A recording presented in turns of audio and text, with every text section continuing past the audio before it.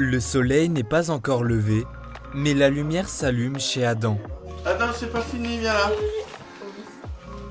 Il est 6 heures et ce préadolescent se prépare pour l'école, toujours avec l'aide de son père, car Adam, 11 ans, est diagnostiqué autiste. Il arrive, mais comme dit, le souci c'est le temps qu'il met. Et c'est aussi, il a tendance à se perdre. Donc vous allez le retrouver avec une seule chaussette au pied, pas de t-shirt. Le matin, c'est la même routine pour rester organisé. Pendant que Tobias prépare le petit déjeuner, Adam, lui, apprend à lire. C'est, so. Adam, range ton lit. Doucement, tu fais doucement. Une fois le petit déjeuner de pris, Va te brosser les dents, lapin. direction la salle de bain, toujours sous l'attention du papa Tobias. Partout, hein. En bas, en haut, de côté. Là, voilà. La communication entre père et fils s'avère parfois complexe, Va mettre ta chanson préférée, Adam. mais Adam a une passion qui les aide à se comprendre.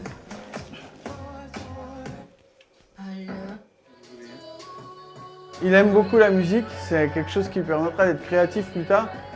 Et peut-être un jour il sera pianiste, quoi, on verra. Hein.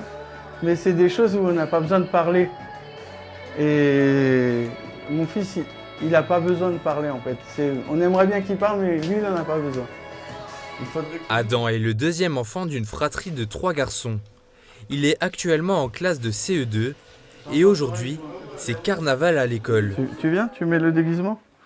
Habillé en Batman, un gros programme attend la chauve-souris du jour. Tu vas à l'école, tu vas à Metz, ensuite tu reviens à l'école.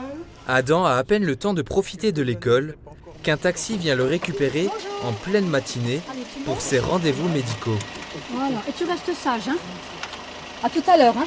Le jeune garçon prend jusqu'à 5 fois le taxi par semaine. Une aide jugée insuffisante par Tobias, qui se bat depuis 7 ans pour que son fils bénéficie d'une prise en charge adaptée. Un CESAD, c'est une structure d'accompagnement mobile avec des spécialistes qui vont dans les écoles, des droits notifiés par les MDPH, et ça fait 7 ans qu'on est sur liste d'attente.